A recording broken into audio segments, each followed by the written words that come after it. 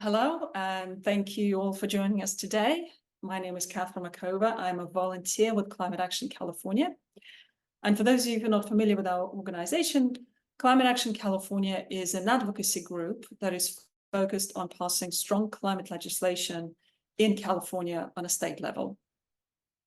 This webinar is an interactive demo of a climate simulation tool called En-ROADS, which was developed by Climate Interactive in collaboration with MIT Sloan. And it's used by decision makers, such as policymakers and business leaders worldwide, to understand the various causes as well as potential solutions to the climate crisis. All right, so I would like to achieve 3 objectives today.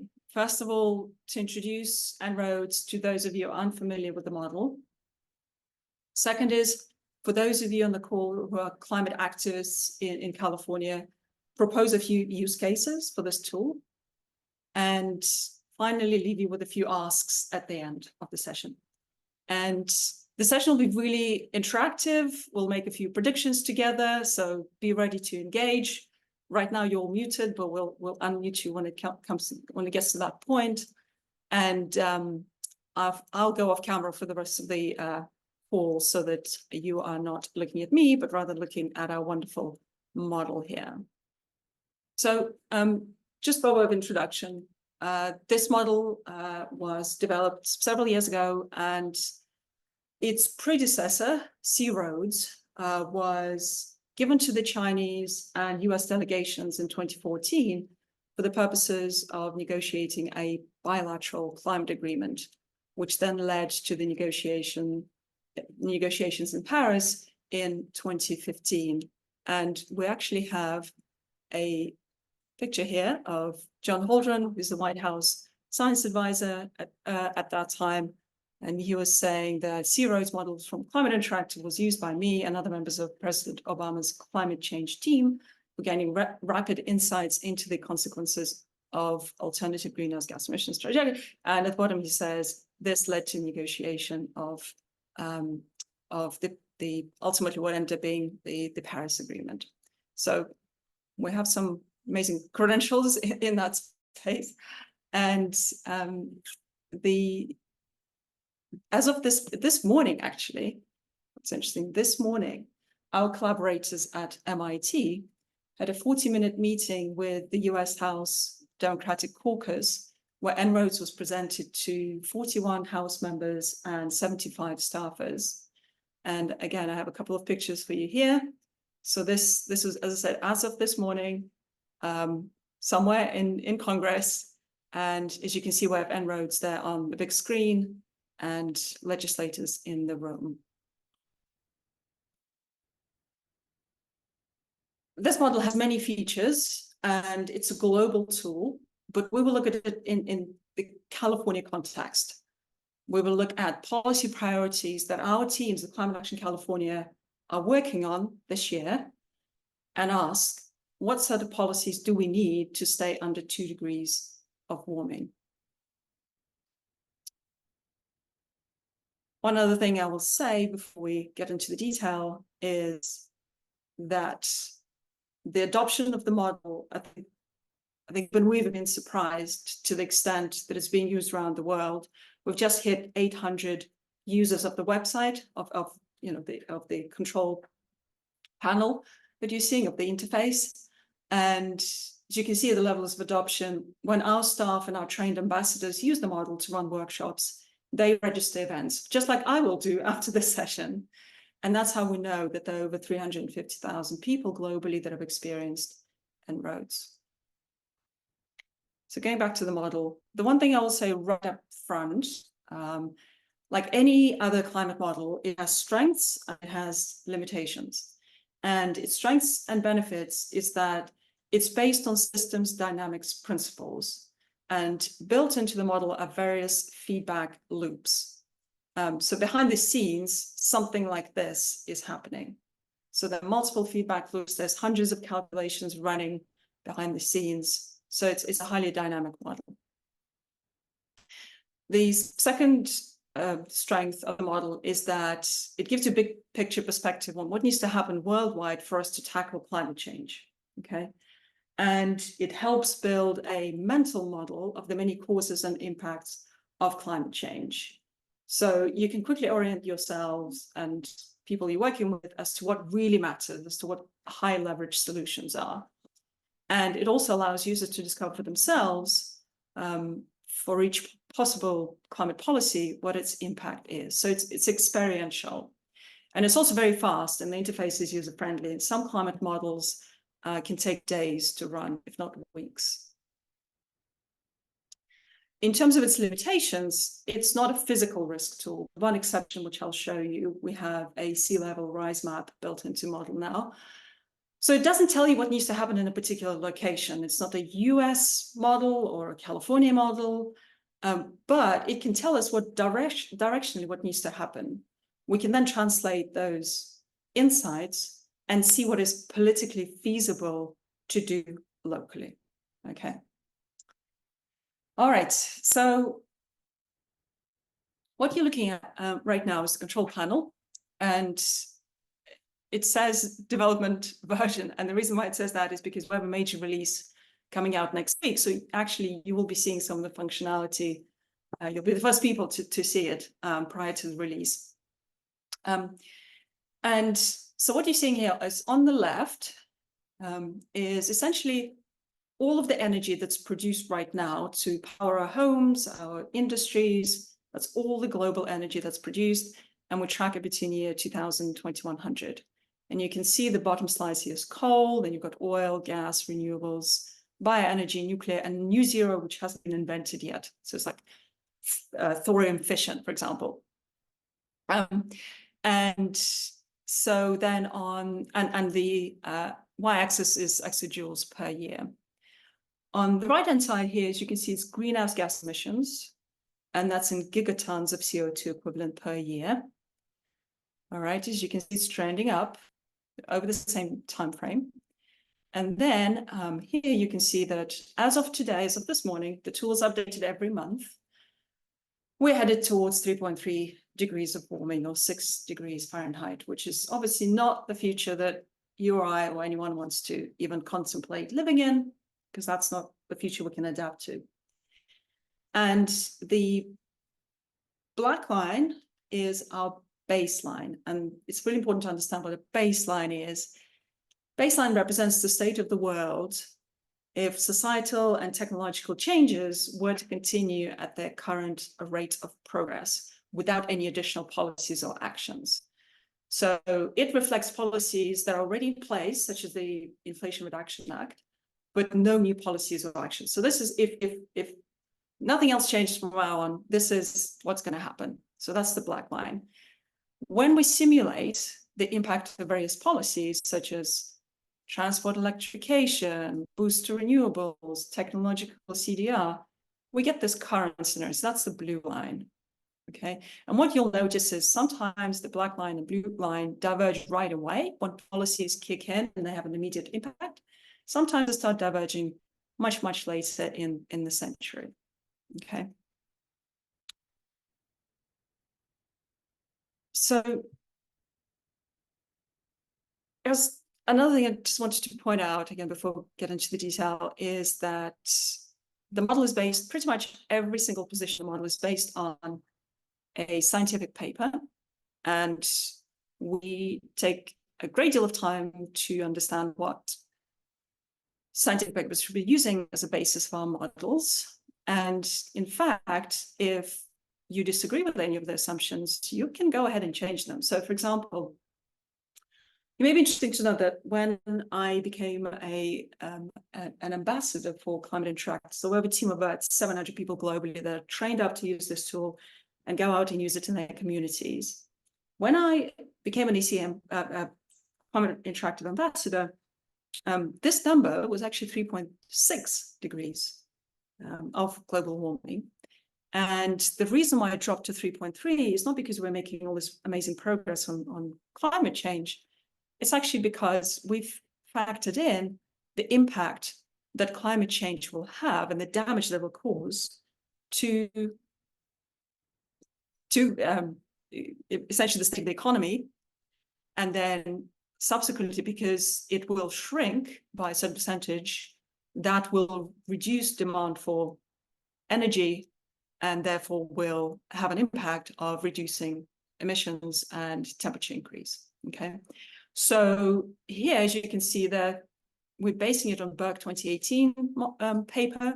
But if you disagree with that and you actually want to go with a different scientific paper, then you can make that selection here. So the tool is completely open source. All the documentation is available on the website. It's not a black box, so you can see what the basis is for different assumptions.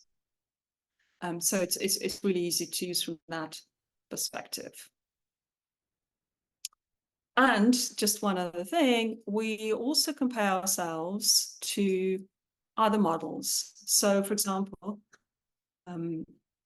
we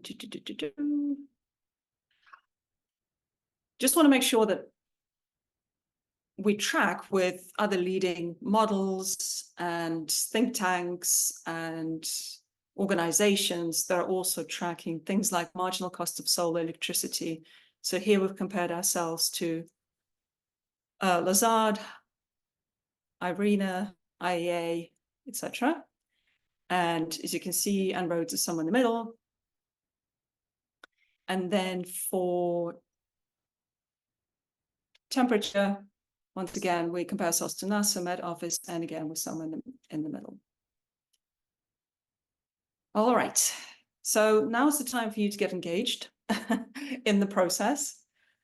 And so the first question I was going to ask you, so on the left, as you can see, we have global sources of primary energy. So that's all energy that's produced. There are 4 components that it's a product of 4 variables. And I'd like you to have a think about what those 4 variables are. And you can, if you can unmute yourself and just shout.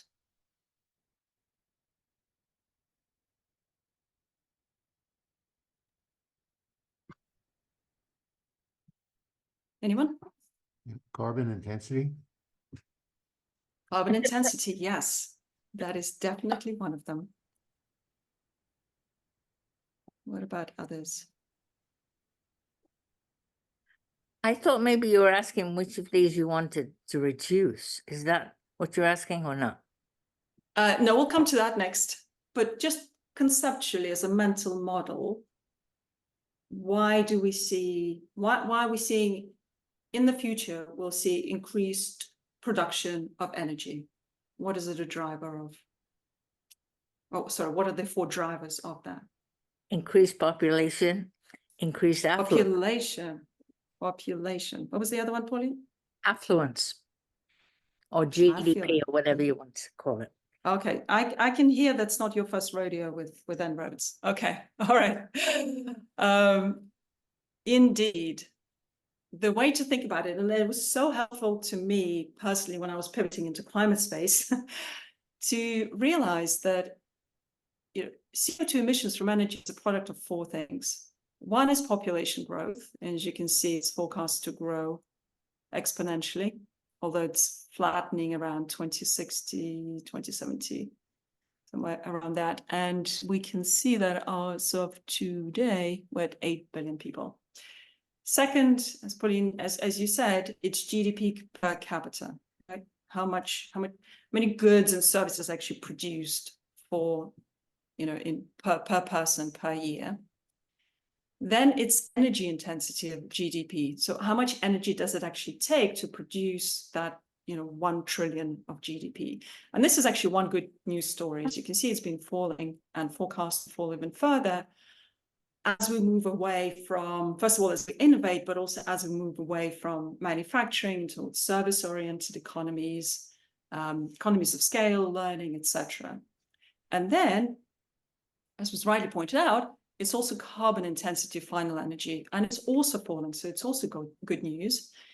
And this really is about the mix of renewables on the grid, right? So how much of our energy is produced with fossil fuels vis-a-vis renewable energy, and that's another bit of good news. So multiply those 4, and that's your CO2 emissions from energy. So let's go back. So what I'd like to do next is talk about some of our major priorities this year in California for new policies and climate action. One of the things that Climate Action California has been focused on is preventing the build out of these woody biomass facilities. So these plants that burn biomass, that produce pellets, very often for export. And I can't see if Dan Chandler is on the call, but I will call this next 3 minutes is the Dan Chandler special. So what would happen if, and let me just also say that at the bottom of the screen, what you see is all the possible policies that we have to deal with climate change. You have policies around energy supply, so you can either tax coal or incentivize coal, oil, natural gas, bioenergy, renewables, nuclear, new zero carbon. That's the very new technologies around thorium-based nuclear fission, for example, that's been developed. You have carbon prices, you have transportation, both energy efficiency, electrification, got buildings, population growth, economic growth, and then carbon dioxide removal, and essentially policies to reduce methane and short-lived climate pollutants, and also work around stopping deforestation. So on biomass, okay, we could put a subsidy on biomass. And the way to think about it, when I say subsidy, this could be a proxy for any policy that makes it easier to build those facilities. So faster permitting, actual incentives, could be a range of policies. So let's just assume that the state is introducing an incentive of $15 per barrel of oil equivalent, BOE. And let's just say, yeah, it's $15. What do you think in your head, what's going to happen with greenhouse gas emissions and the temperature increase? Just again, shout it out. About the same. About the same, okay. Anyone else has a different view? Goes up. Goes up, okay. Anyone with a conviction that it will go down? And if so, by how much? No, wow, this is a very well-informed audience, because if I say $15, the temperature actually goes up, right? And CO2 net emissions from forestry go up, right? Also, look at what happens to renewables, which is our green slice here. Kind of gets squeezed a little bit, tiny bit, but gets squeezed because more money is going into these facilities and less of it ending up funding renewables. Okay, so what happens if I do the same to coal? What happens if I do the same to coal? Same thing, 3.4 degrees.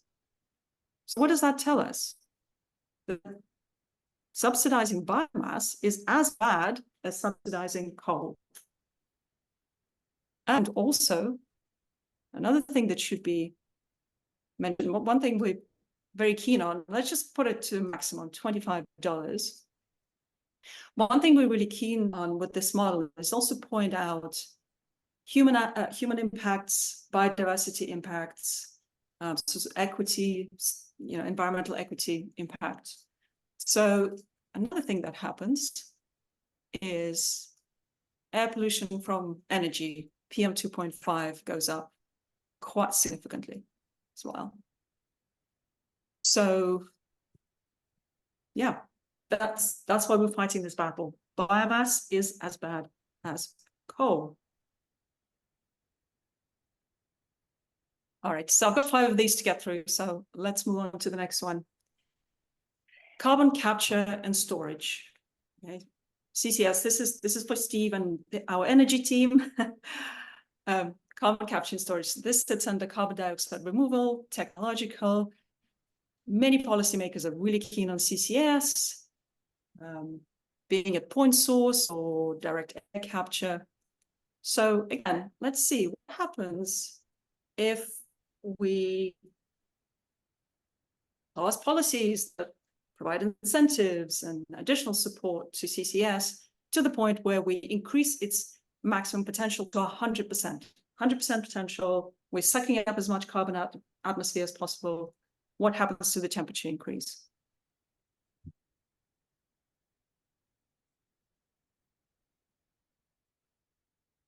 Goes up. It's gonna go down a bit. Yeah, not much change.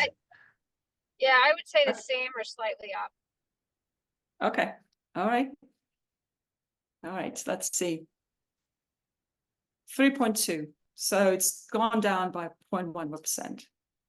Okay, and you know, even if we say, okay, well, actually, what we want to do is we want to start that subsidy this year, it's just still not, and we just put 100% into every single measure, and we started at 2024. I mean, you're not looking at much of a change, right? Yeah.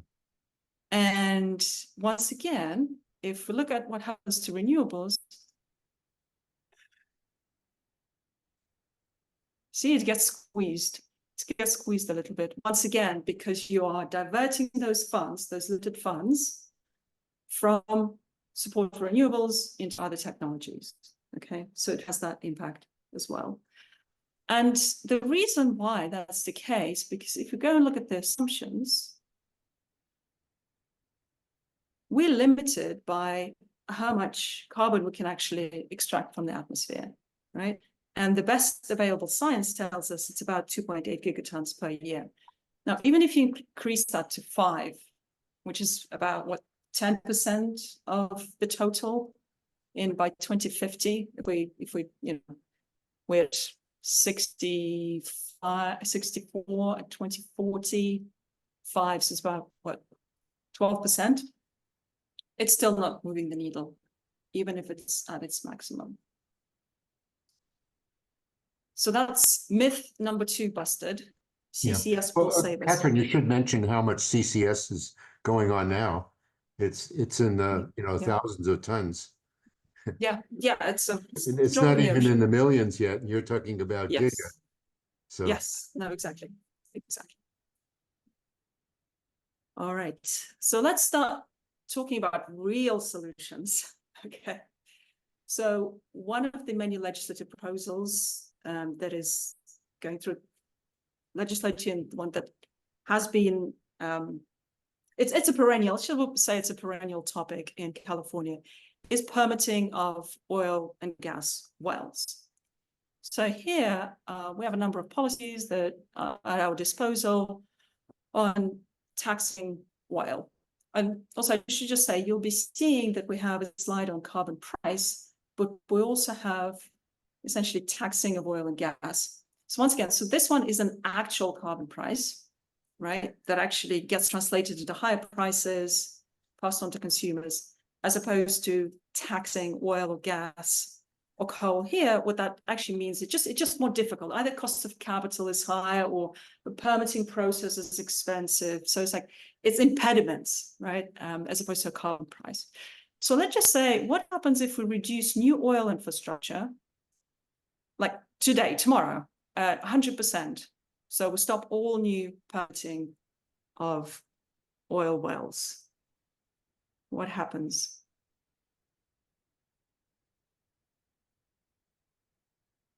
not much. Not much. Ooh, that's interesting. Any other takers? Big It decrease. should be able to see a difference. You have to dial this first, don't you? Well, yeah, let's just assume in the absence of any other policies, that's anything we do. Stop new permitting. Big decrease. Big decrease. Okay. Anyone wants to hazard a guess as to the actual percent? Like 0.1%, 0.2%? 0.5. 0.5. Okay. Well, let's see. Let's see what happens.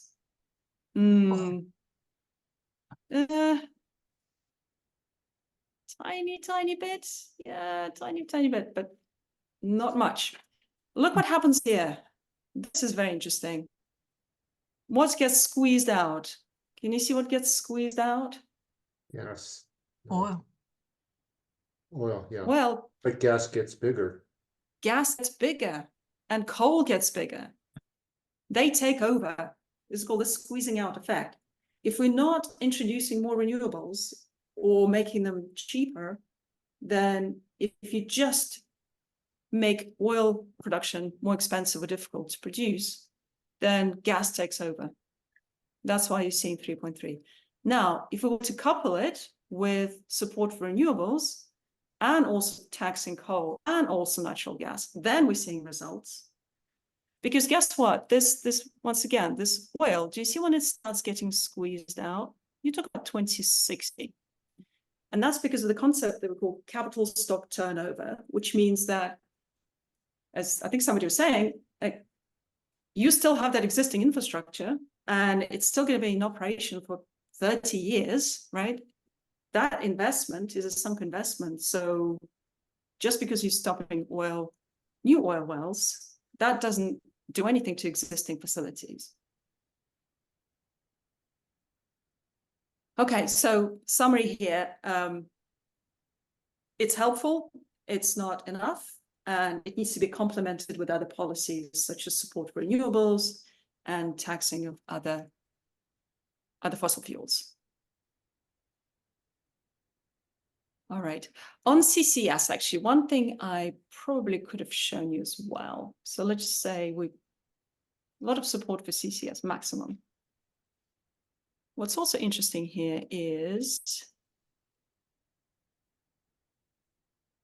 the other reason why CCS is going to help us is because our CO2 emissions continue to be about double of our removals, and that's both technological and nature-based as well.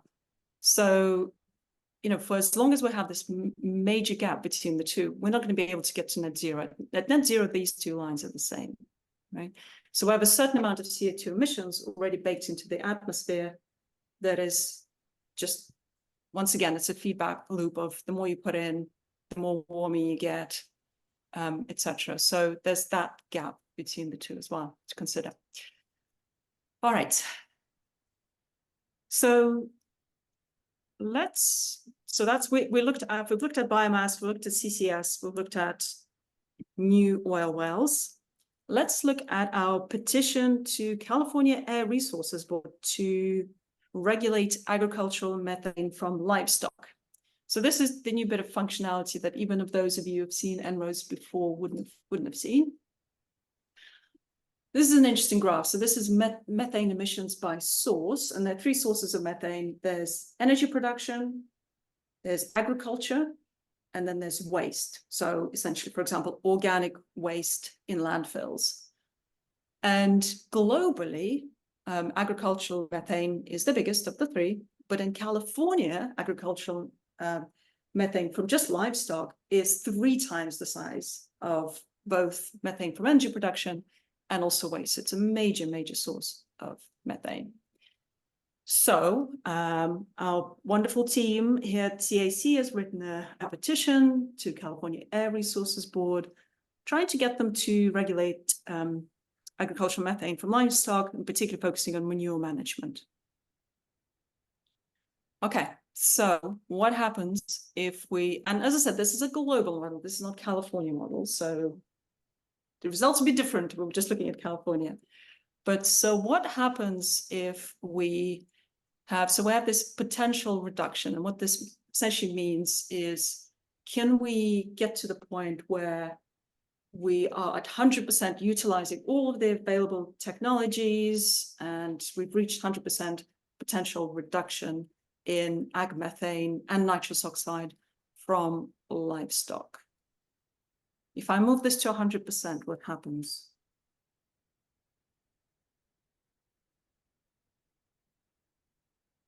Here's a short-term improvement, but long-term, it doesn't make any difference. Steve, you're right as always. So first of all, it does have a significant dent, as you can see. on the overall amount of methane. And what we can see here is methane concentration drops, but then it sort of flattens out because, well, first of all, we have a growing population and we still have people that are on high meat diets. And so we need to feed the world. And there's already some methane baked into the atmosphere, right? But so what happens? But let's just say we can get there really, really quickly. We can get there in, I don't know, 10 years. That's the minimum. Okay. And what happens if we also work on policies to reduce the percentage of diet that comes from food? Okay, well, that's better, right? That's a bit better. And also what happens is when you don't have as much livestock, then you also don't need to produce as much food, crops to feed them. So that reduces as well. And you don't have to transport crops to feedlot facilities, right? So you reduce the number of miles traveled.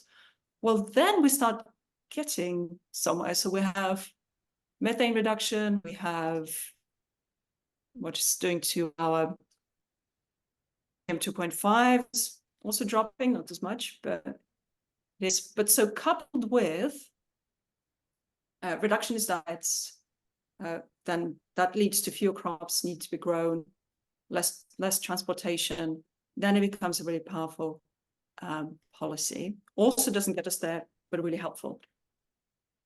All right, let's go for the killer. We are all very, very excited about this bill, which is SB 1497, which will create essentially an a tax on the biggest polluters in the state. We don't know what the actual tax, the amount will be, what the rate will be, but it will essentially, you can equate it to a carbon tax. And what it'll do is it'll tax polluters, and then it will create a fund to compensate those communities who've been impacted by climate change the most. So if I move this, and those of you who are familiar with REN-Roads, please do not offer your views because you'll know the answer immediately. But what happens if I move this carbon price? If I put the highest carbon price right now, by the way, $5 per ton, because about 20% of the global economy is covered by carbon taxation at about $25 per ton. So that's why it's 5. Let's just say I move it to the very maximum, which is, I think it's 210. What happens to the temperature?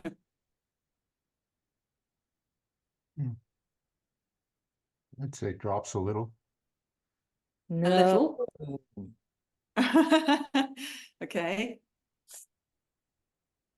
Who thinks drops by a little bit more than a little? I do, but I know. 'Cause I've been doing this for a while. All right. I bet it drops. Yes, a it drops to 2 point. Probably the biggest of 2.4. any of them.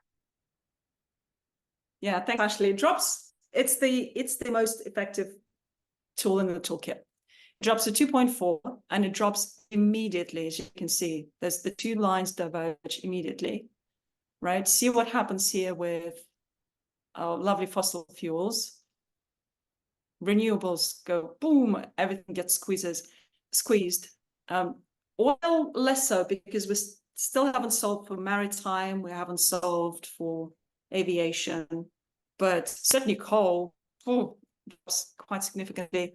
We can then look at and see what happens at cost of energy, though. Cost of energy goes up, so that needs to be managed from the environmental equity perspective.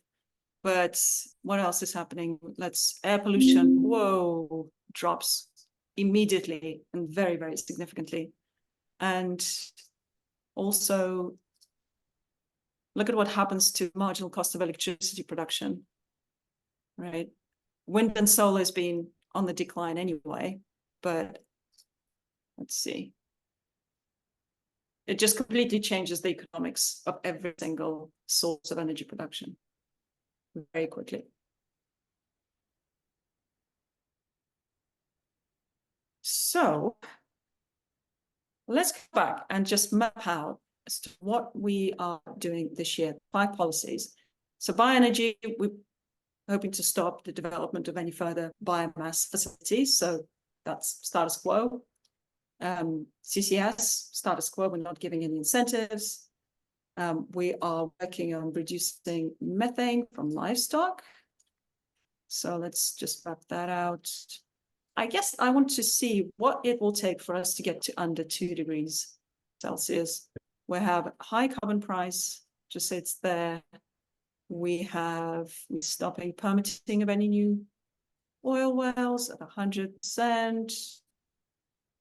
All right, we're 2.3. Our collective efforts get to 2.3 degrees. So what else do we need to do to get under 2?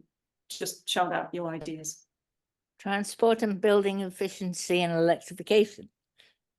Yes. Or renewables. We need energy efficiency. We need electrification. Because guess what? You can give renewables all the support you want, but unless everything is electrified, it's a moot point. And we need to tax gas and coal more.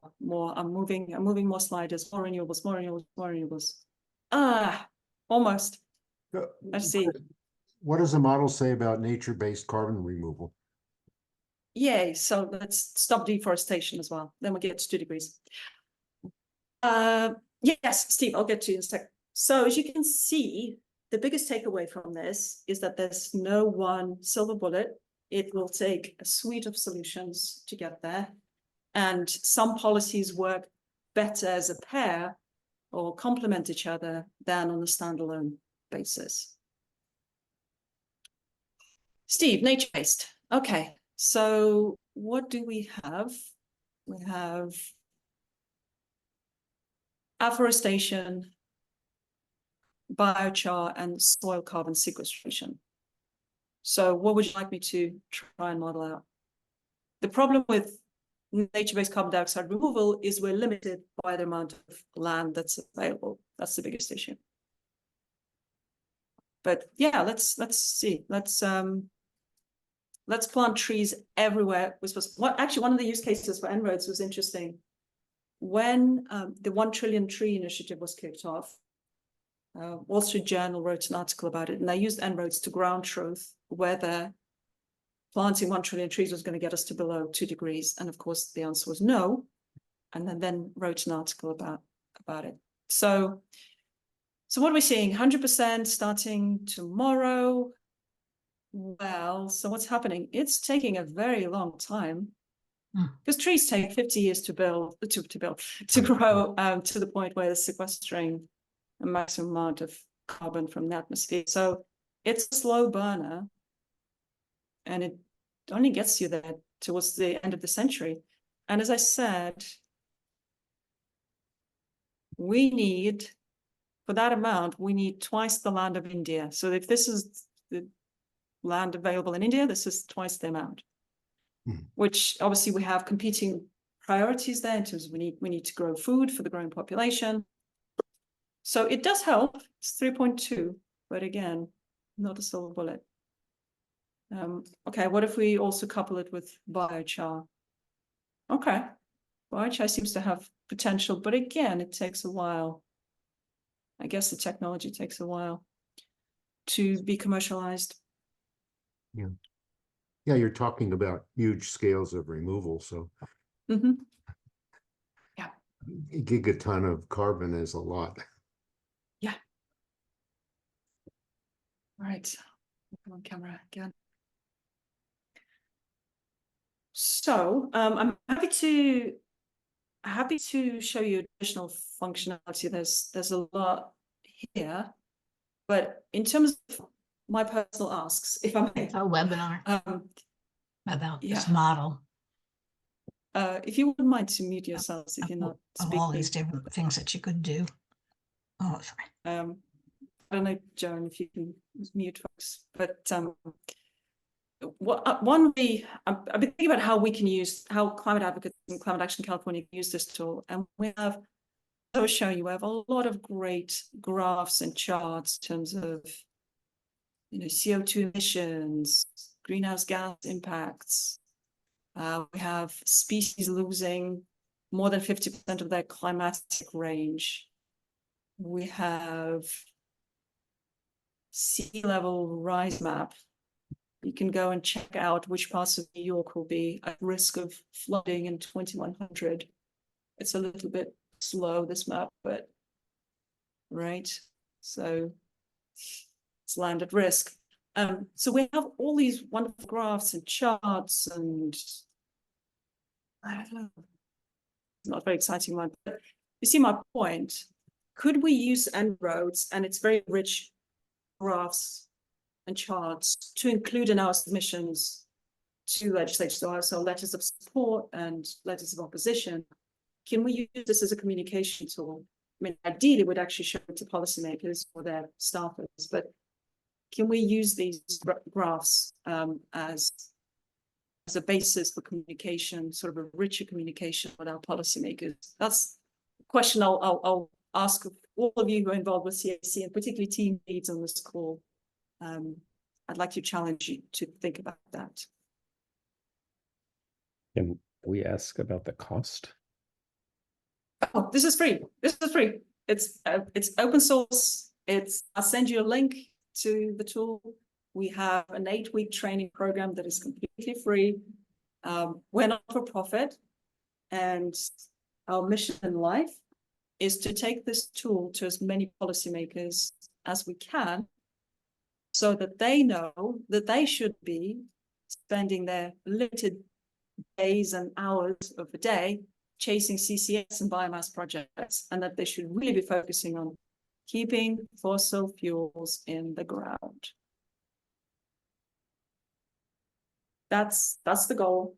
And my ask is, please can you all think about 3 decision makers in your life that you think could benefit from seeing this, and make introductions if you feel appropriate, because we just don't have time. We really don't have time. And every morning I wake up and look at this 3.3C and I'm in panic. And yeah, so that's my ask number 2. Ask number 3 is, if you know of anyone who actually wants to work in climate or pivoting into this field. For me, when I was going through that process 3 years ago, this was a superbly helpful tool, because it gave me that mental model where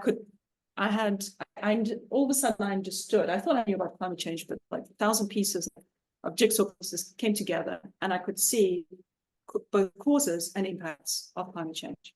So, as I said, we have a very popular program. Thousands of people have gone through it. It's called Mastering En-ROADS, completely free, self-paced, and you know, get a certificate at the end. And again, I can share details with those of you interested. If you have anyone in your life that you think would benefit from learning about the model, then yeah, get in touch and I'll share the details.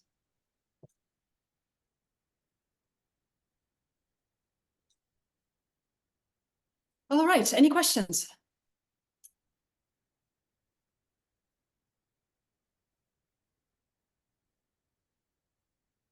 You didn't touch the economic growth slider. Sure, let's do it. Let's go there. So right now the model is based on the assumption that long-term economic growth is 1.5 per year, and again that's based on that book 15 paper. And then so in the near term, sorry, it's 2.5, and then long term is 1.5. So what would you like to do? Would you like to slow it down? Slow it down to 0.5 and 0.5? Yeah. Sure. Let's slow it down.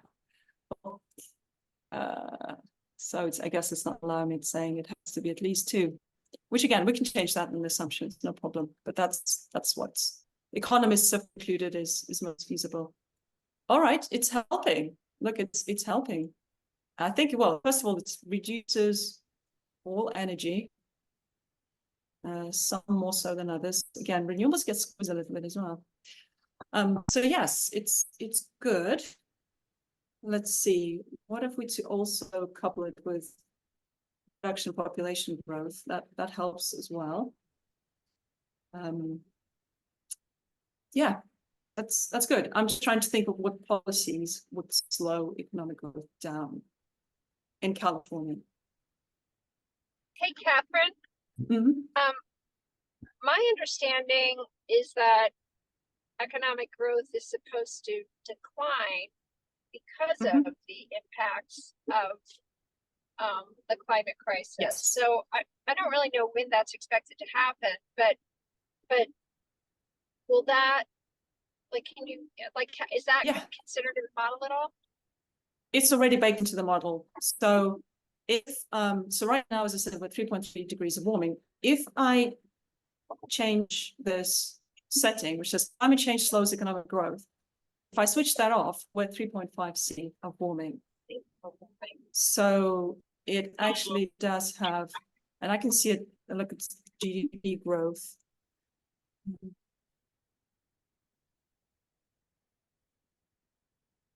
So I have, no, it's not that. Yeah, it is that.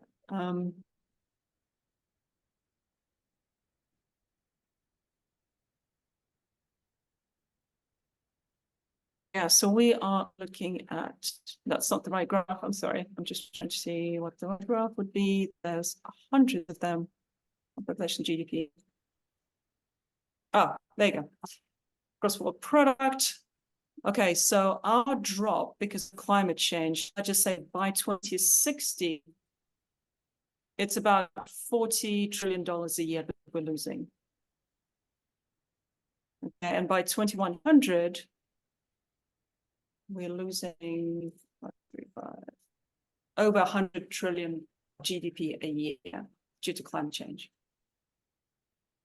What is that So- percentage wise? I don't know off the top of my head what the global GDP. So we'd be losing about 112 out of 640. So I don't know, 20, close to 20%, I would say. Yeah, 20%. Yeah, that's what I've heard is like 19%. So, Mhm. okay. Thank you. Sure. Uh, Now, what's interesting, there's actually two feedback loops there because climate change slows GDP growth. GDP growth slows energy demand, and then emissions fall. And so there's multiple feedback loops. So it's actually a product of several different variables here, but the net impact is 0.2 C of temperature increase. Excellent questions. Keep them coming.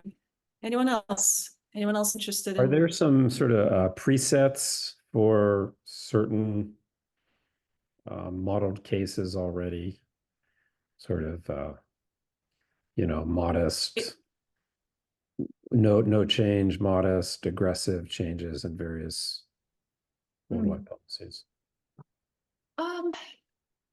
No presets as such, but what you can do is if you do, like I said, we had an asset manager actually that used this model to understand what their scenario will be given their portfolios, all the companies that they had investments in. Mhm. And they modeled out based on like their investments in renewable coal and like energy efficiency, like whether they were at risk of carbon pricing, etc. They model out a scenario, and what you can do is you can share that scenario with somebody, and that for them that will act as a, I guess, preset, right? And they Can you they save? go from Can you there. do a save on Yeah. some? Yeah, you can You copy you copy can- scenario link, yeah, and it copies into clipboard. So essentially, it goes into Excel document. I see. Okay. You Sorry, can Pauline, remove you- any of these sliders all the way or part way. And if I'm just showing it to people, I say, well, yeah, it'd be nice if the energy efficiency went to blah, but that's probably not realistic. Let's back it off a bit. Because best case is probably not being able to slide the thing the whole way, whether you're going up or down. But you can choose that, and you can choose most in the options, the ellipsis things that Catherine was showing. You can choose. You can have all kinds of choices in there. So you can choose the degree that you want to do this, and Yeah. Thanks, Pauline. It's very helpful.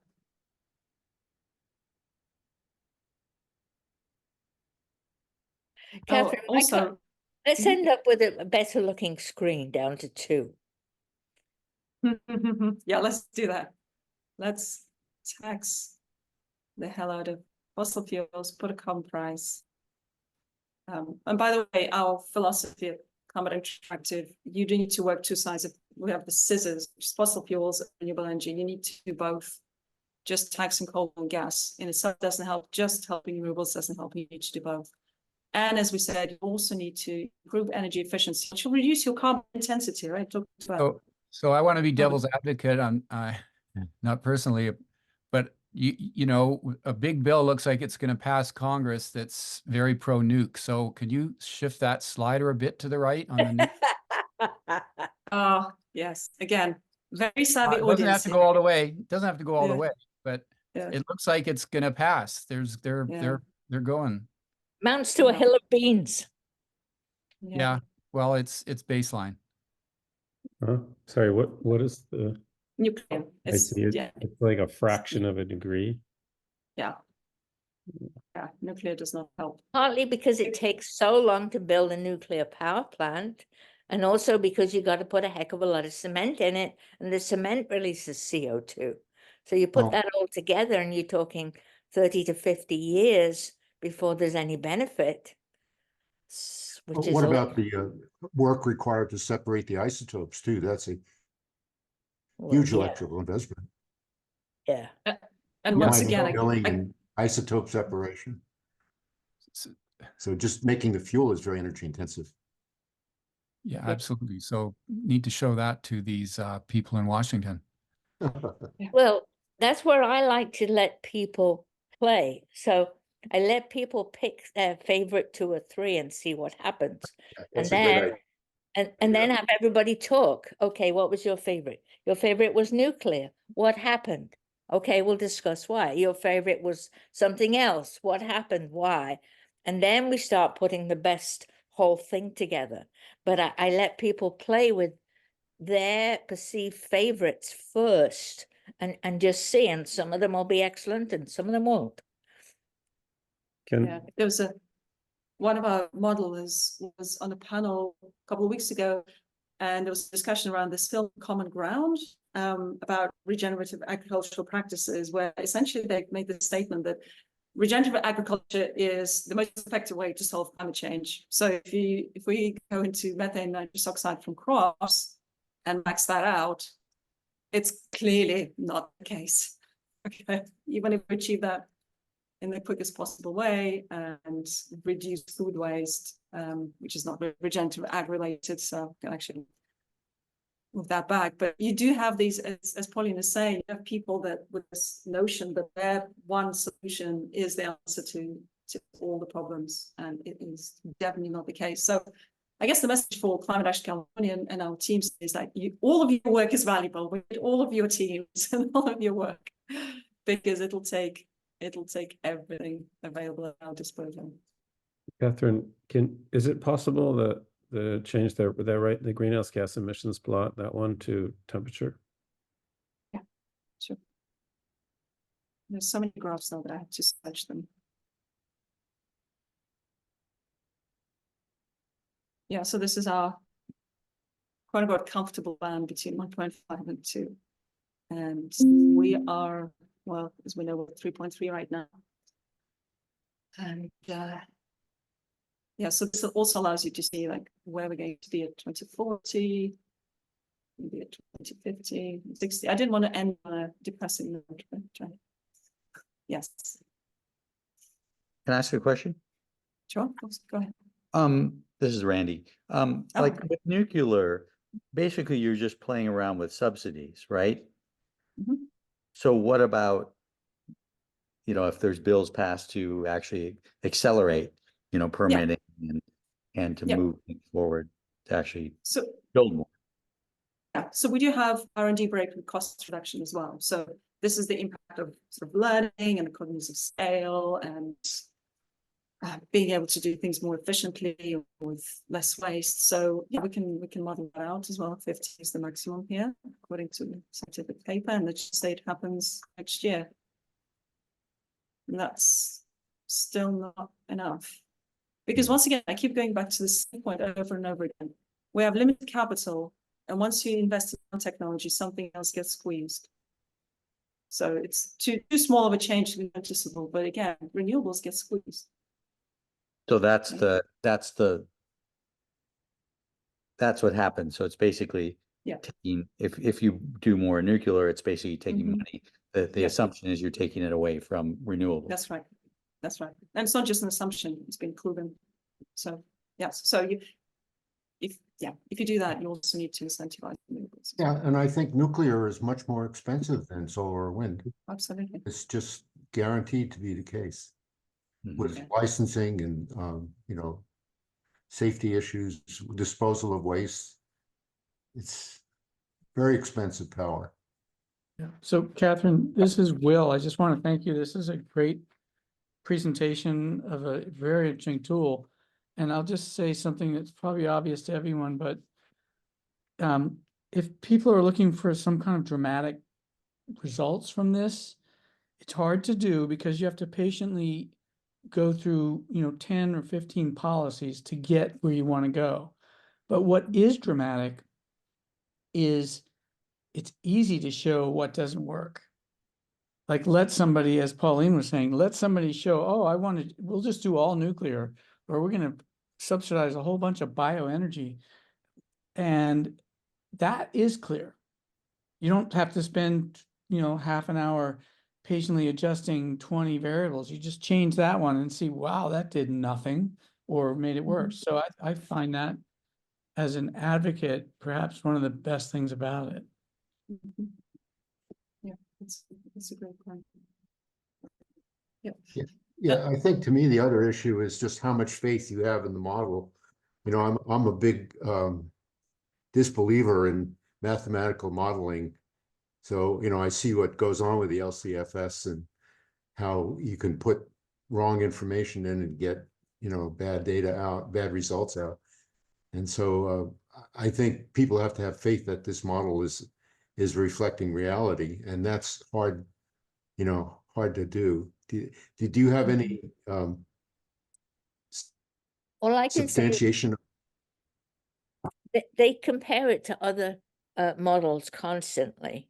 It's always going to be limited because it's global and we're dealing state, US and state and even locally, and that's not the same picture. But I can tell you they keep improving this. I've been working with this on and off for about 4 or 5 years, and they continually improve it. So they're asking themselves those questions. That doesn't mean it's perfect, but it's not like they put something together and said, sure, this is it. Well, I'm not objecting to the model. I think, except for the carbon tax, it agreed with my thoughts on the issue. So, I'm not objecting to it in any way that the results are suspicious. But I just think that if somebody comes to this, as we're suggesting, with some idea about there's an easy solution and we just have to do this or that, they have to have faith that the model is telling them the truth.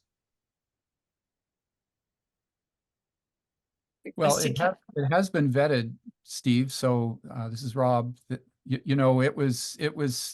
was like 2 or 3 years late or more in actually its first delivery because it was going through an awful lot of rigorous testing. So yes, all models are wrong, but some are helpful. And I've heard that. It's good. I like that. So it's just, it helps give us a general idea, like as Catherine was showing, some things are woefully inadequate. And I think that sort of sets the tone that, it's not just,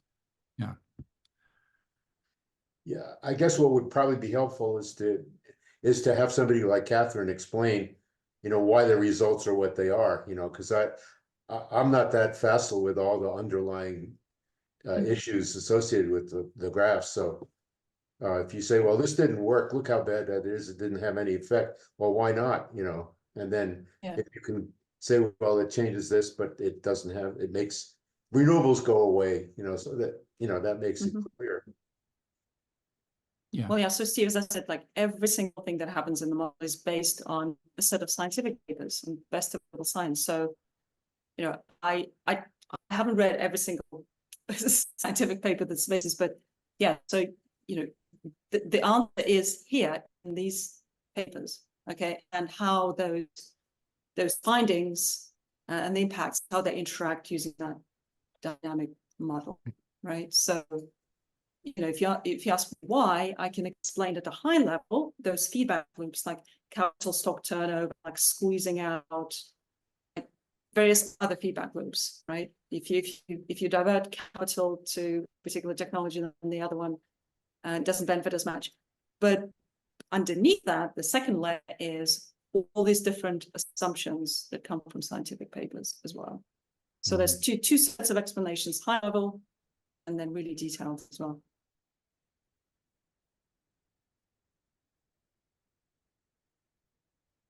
All right, we're over time.